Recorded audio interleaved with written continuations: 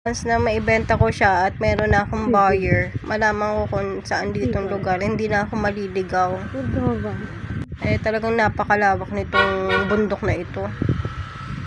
Pwede ka naman magpatayo ng house.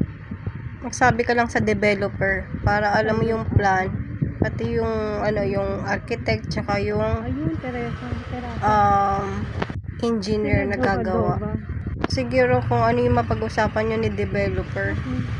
Kasi may nakita na ako sa baba ng dito sa subdivision, may ibang style eh. So pwede siguro 'yun. May ibang style ng house. Hingal na hingal ako dito, grabe. Ang taas ng bundok niya. Aakyat talaga siya. Hindi lang pansin, pero hingal ako diyan. Yan, yung kakaliwa, yung babae, dyan po yun. Feel free to comment po sa gusto pong bumili. 51 square meter po ito. Ito po